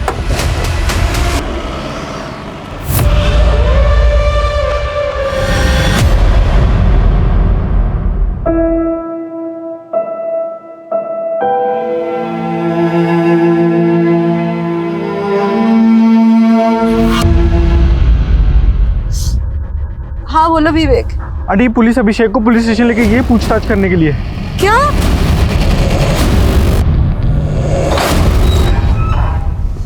तो वकील साहब, प्लानिंग तो बड़ी तगड़ी की। पहले देर रात तक ऑफिस में रुकने का बहाना किया, फिर चुपके से आके पायल का मर्डर किया, उसके बाद माँ को फोन किया, दोस्त को फोन किया और उसके बाद बुलाया हमें। ये क्या बोल रहे हैं सर आप? पायल जिंदगी थी मेरी, मैं क्यों मारूंगा उसे? यही पूछने के लिए तो बुलाया कि क्यों मारा उसे। और ये एक्टिंग मत करो, एक्टर नहीं वकील है, फिर भी क्राइम सीन को जानबूझकर टेम्पर किया। क्यों? सर मैंने जानबूझ के कुछ नहीं किया। तो पायल के साथ ये सब हो रहा था तो मैं ऑफिस में था। आप ऑफिस का रिकॉर्ड उठा के देख लीजिए। कुछ चेक करने की जरूरत नहीं है, मैं 100% श्योर हूं कि आप ऑफिस में ही होंगे, ये मेंशन होगा वहां। वकील जो तगड़ी प्लानिंग तो की होगी।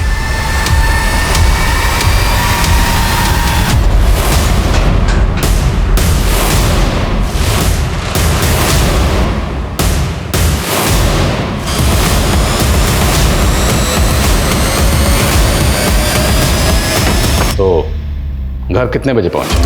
सर कितनी बार बोल चुका हूं मैं आपसे, 4 बजे के आसपास।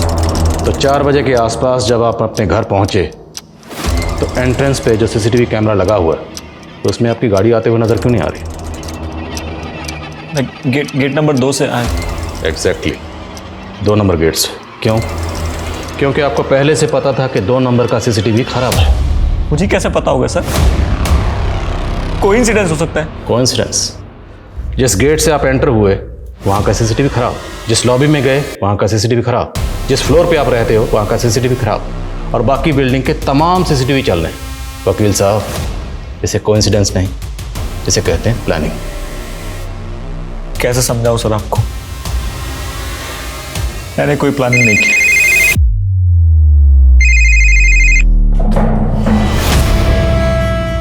सर पायल की बिल्डिंग का सिक्योरिटी गार्ड अमजद पठान फरार है। जिस सिक्योरिटी एजेंसी ने अहमद पठान को हायर किया था वहां से उसकी पूरी डिटेल्स निकलो।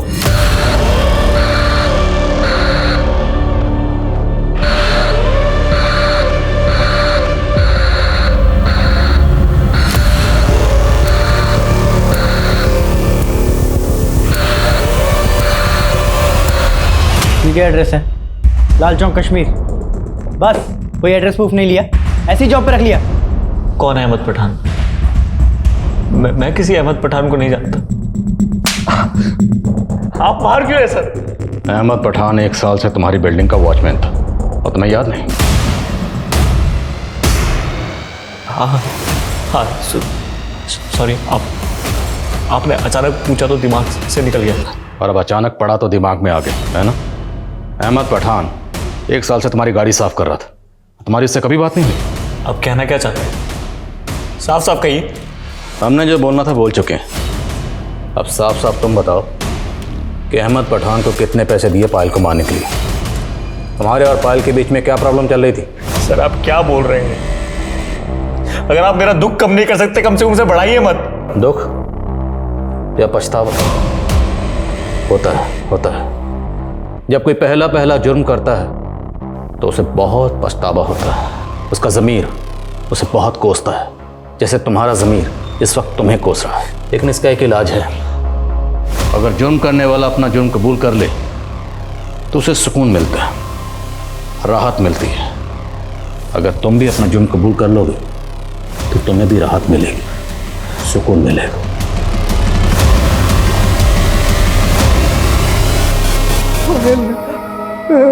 क्या हो गया पायल?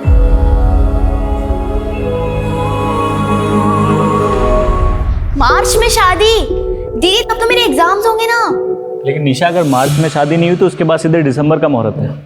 और पायल हमारे दुबई सेटल होने का प्लान पूरा पोस्टपोन हो जाएगा यार। तुम काम में क्या लगे हो, अपनी बहन को समझाओ थोड़ा। तुम फिक्र मत करो, शादी से पहले तुम्हारा जो साथ रहने का प्लान है ना, बहुत अच्छा है ना पापा?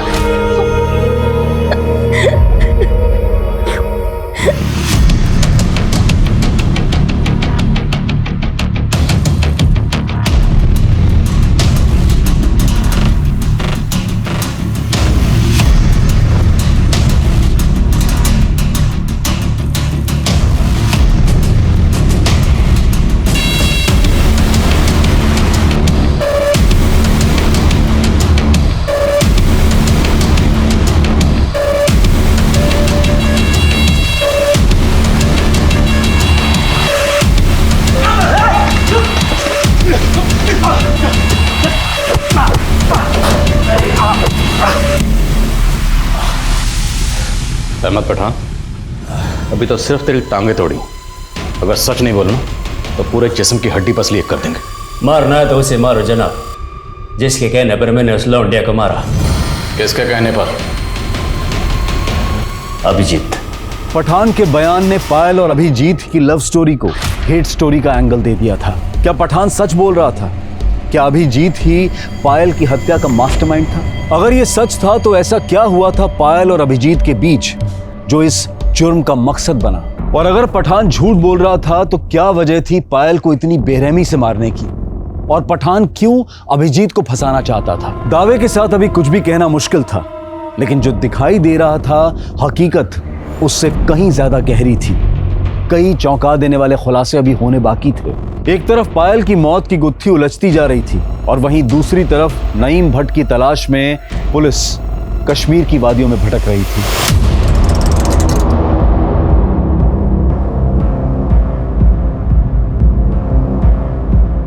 अस्सलामु अलैकुम जनाब। वालेकुम अस्सलाम। क्या हाल है? सब खैरियत? घर में सब ठीक है? देखो कैसा मौसम ठंडा हो गया। हाँ सर। और क्या खबर? जनाब नईम भट्ट का कुछ पता नहीं चला जनाब। उसका एक चचेरा भाई भी है, यहीं रहता है पास में। नाम क्या? इरफान भट्ट। जनाब नईम भट्ट का खास जिगरा है इरफान भट्ट। दोनों आजकल आसपास नहीं दिखते, लेकिन इरफान भट्ट मुंह छुपा के फिरता है। अगर आप उससे पूछेंगे तो शायद वो कुछ बता दे नईम भट्ट के बारे में। इस इरफान को हम देख लेंगे, तुम अपना एंटीना नईम भट्ट के लिए ऑन रखो। वक्त कम है, कहीं ऐसा ना हो बॉर्डर पार करके उस तरफ चला जाए। इरफान की डिटेल दो। ये देखिए जनाब। ये इरफान भट्ट है? जी जनाब। ये फोटो दूसरे साहब के मोबाइल में भेजो। ओके जनाब। अच्छा मैं चलता हूँ मैं। आजा विवेक। कहाँ जा रहा है बेटा तू? ऑफिस जा रहा हूँ ना। ऑफिस? अभी अभी तो आया तू ऑफिस से 5 मिनट पहले। अच्छा। हाँ सुनो मैं क्या बोल रही हूँ बेटा।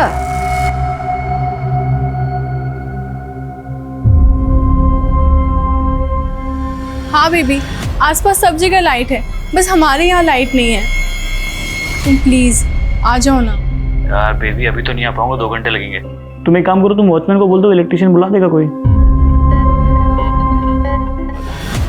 आंटी ये रिपोर्ट आई है, डॉक्टर ने कहा है कि अभिजीत बहुत डिप्रेशन में है। पायल की डेथ का उसके ऊपर बहुत गहरा असर हुआ है। डॉक्टर ने कहा कि कोई तो बात है जो उसे अंदर अंदर खाई जा रही है और जिसे वो एक्सप्रेस ही नहीं कर पा रहा।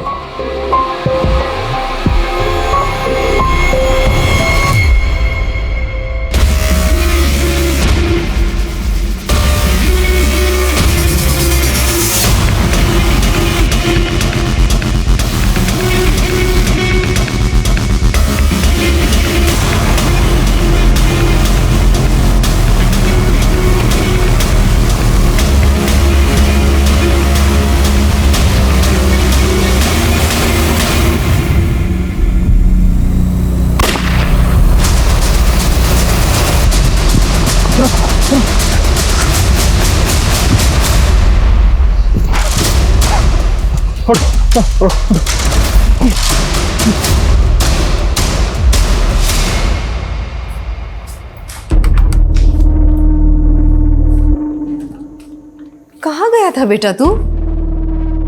फोन क्यों नहीं उठा रहा था? फोन? हाँ, मैं फोन लेकर गया था, शायद पार्क में रह गया होगा फोन। फोन कहाँ है मेरा? मेरा फोन यही कहीं तू फिक्र मत कर। सुन बेटा, तू चिंता मत कर, हम नया ऑर्डर कर लेंगे, ठीक है? ये बता तू गया कहाँ था? ये लेने गया था माँ, बहुत दिन से पेंटिंग नहीं की तो सोचा पेंटिंग करूँ। वाह, बहुत अच्छा, बना, पेंटिंग बना।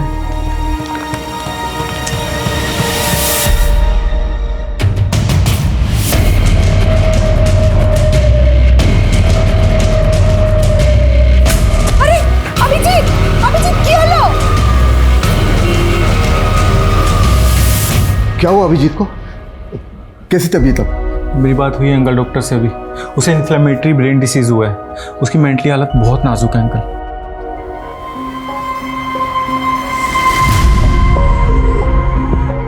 उठो बेबी, ऑफिस नहीं जाना तुम्हें? नहीं। कितने लेजी हो गए हो तुम? ना ही मुझे उठना है, ना ही तुमसे दूर जाना। सुबह सुबह बहुत रोमांटिक हो गए थे। तुम मेरी लाइफ का वो ब्यूटीफुल ड्रीम जिसे मैं कभी भूलना नहीं चाहता। I will never leave.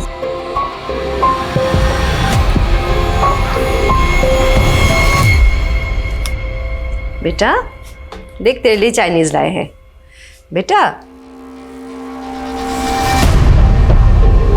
बेटा बेटा, अभी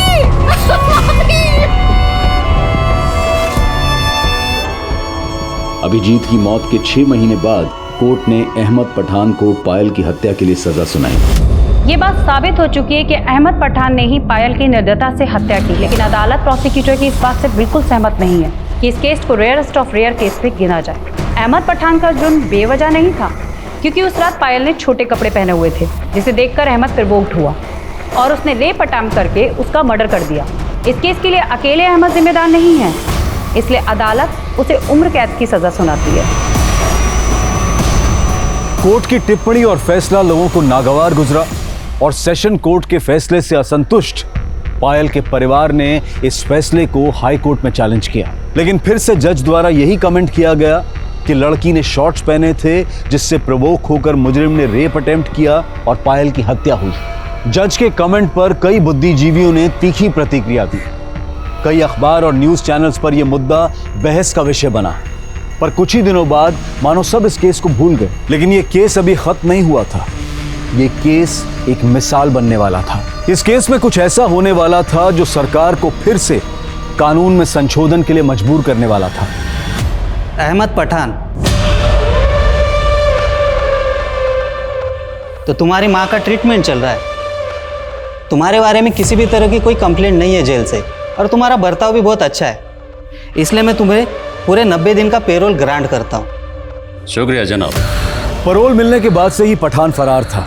90 दिनों की बजाय 180 दिन बीत चुके थे और पुलिस को अब तक इस बात की भनक तक नहीं थी। कैदी नंबर 52, वो तो पैरोल पे है, 6 महीने थे। क्या पायल के पिता जब पठान की डिटेल्स निकलवाने के लिए जेल अधिकारी से मिले तब पुलिस की एक कोताही सामने आई। पायल के पिता ने मीडिया में गुहार लगाई। पुलिस की ये लापरवाही अखबारों की सुर्खियां बटोरने लगी और पायल के वकील ने इसके खिलाफ हाई कोर्ट में भी अपील की। आए मैडम, एक मिनट।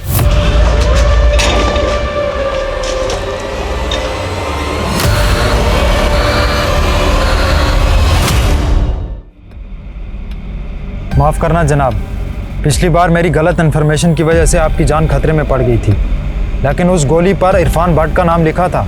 इरफान भट्ट? हाँ जनाब, सब पता किया मैंने। इरफान भट्ट के कितने दोस्त हैं, कितने दुश्मन हैं, उसमें हमें कोई दिलचस्पी नहीं है। यहाँ पे हम नईम भट्ट के लिए आए। ये देखिए, 2 दिन पहले ही शिफ्ट हुआ है जनाब, नाम बदल कर काम कर रहा है। आजकल कहाँ है? बारामूला में जनाब। बारामूला?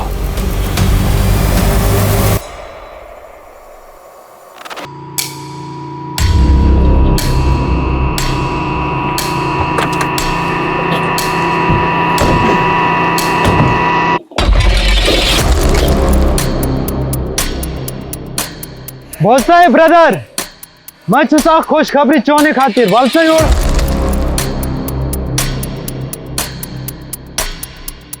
हाँ बोलो, क्या काम है हमारे लिए? वलसायु देखो, सिर्फ तुम्हारे लिए काम नहीं है, बहुत से भाइयों के लिए काम है। मोबाइल कंपनी है ये वाला, इधर टावर लगाएगा, कुछ महीने काम चलेगा। 700 रुपये तनख्वाह, 2 वक्त का खाना और शाम का चाय भी इधर ही मिलेगा। कंपनी को काम जल्दी खत्म करना है, इसलिए ज़्यादा लोगों की ज़रूरत है, तो ज़्यादा से ज़्यादा भाइयों को बताओ। लुटत ब्रदर, बाबा ने बेनफा। वो देखिए सर, पीछे अपने, ये वही है। वही पकड़ लें इसको। अब आए हैं तो इसको लेकर तो जाएंगे, बस थोड़ा सब्र करो। वालसायुर है ब्रदर, वालसायुर। मैं छुसा खुशखबरी चौने खातिर तो छुपाए, ये जो मोबाइल टावर कंपनी है हमारी किस्मत बदलने वाली है, इसीलिए ये हमको पर डे का 2000 दे रही है। इधर आके अपना अपना नाम लिखवाओ, नाम लिखवाओ, फटाफट नाम लिखवाओ। अरे ब्रदर, तुम काहे करो, क्या इधर आओ। अरे हमारा बहुत अच्छा कंपनी है, आ जाओ आ जाओ ब्रदर, आ जाओ आओ आ जाओ। हम तुम्हारा भी नाम लिख दिया ना। हाँ। आ जाओ, हम तुम्हारा भी कार्ड बनवाएगा।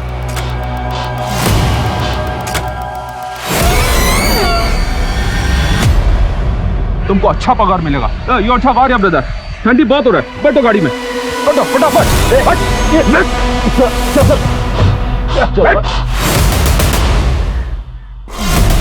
आपको पहले कहीं देखा है, कौन हो जनाब?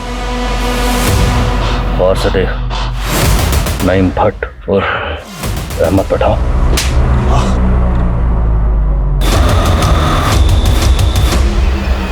ये जन्नत तेरे जैसे शैतान के लिए नहीं, इसलिए तुझे घसीट कर यहां से निकालने के लिए आए। चलो। बहुत देर कर दी जनाब आते आते, हमको मालूम था एक न एक दिन जरूर पकड़ोगे, पर पिछले टाइम से ज्यादा परेशान किया आपको। कितनी बार कहूं जनाब आपको, अभिजीत ने ही मुझे फोन करके उस पायल को मारने के लिए कहा था। हमने सब पता लगा लिया, अभिजीत ने कभी तुझे ऐसा कुछ नहीं कहा और ना ही उसने कभी तुझे फोन किया। अब बोल।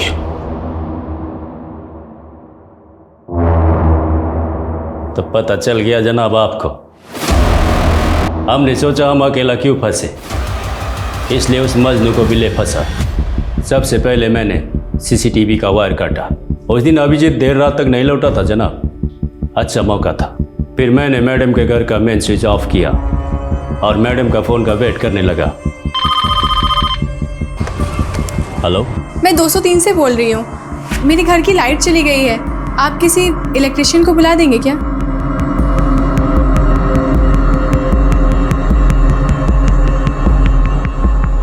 पहली बार बिजली गुल किया तब मैं चाबी लेने में नाकामयाब रहा जनाब, इसलिए दोबारा बिजली गुल करनी पड़ी।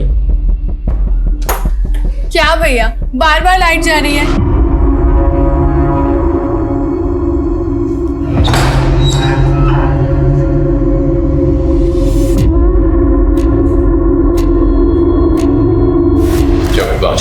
तीसरे माले में 303 नंबर की फ्लैट खाली थी जनाब, उसी में छुपा दी। क्या बिगाड़ा था उसने तेरा?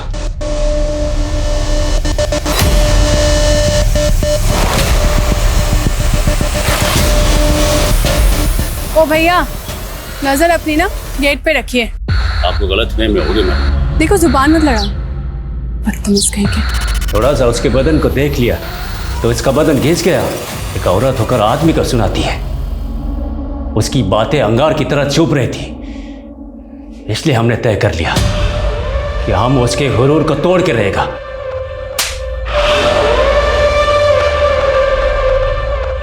इस केस ने सुरक्षा नियमों और पैरोल सिस्टम पर कई सवाल खड़े किए थे। इस केस के बाद ही सुरक्षा कर्मियों और डोमेस्टिक हेल्प्स की भर्ती के लिए स्ट्रिक्ट गाइडलाइंस जारी की गई। सिक्योरिटी एजेंसीज को जवाबदेह बनाने के लिए एड्रेस वेरिफिकेशन और बैकग्राउंड चेकिंग को अनिवार्य किया गया और साथ ही रेप और मर्डर जैसे संगीन अपराधों से जुड़े कैदियों को पैरोल ना देने का फैसला लिया गया। यह प्रावधान भी पारित किया गया कि अगर किसी असाधारण स्थिति में किसी अपराधी को पैरोल पर छोड़ा जाए तो उसकी अवधि 90 दिनों से अधिक नहीं हो सकती है और पुलिस उन पर कड़ी निगरानी रखेगी। पायल के परिवार को अपनी बेटी की कमी हमेशा खलेगी और शायद उन्हें इस बात की तसल्ली भी होगी कि पायल का केस वो जरिया बना जिसने सुरक्षा के नियमों में मौजूद खामियों को उजागर किया और उनमें परिवर्तन भी लाया। अब मैं अनूप सोनी आपसे विदा लेता हूं, फिर मुलाकात होगी क्राइम पेट्रोल सतर्क में एक और नए केस के साथ। तब तक अपना और अपने परिवार का ख्याल रखें, सतर्क रहें, सुरक्षित रहें और देखते रहें क्राइम पेट्रोल सतर्क। जय हिंद। इस तरह के और भी एपिसोड देखने के लिए हमारे चैनल को सब्सक्राइब करें और बेल आइकन दबाना ना भूलें।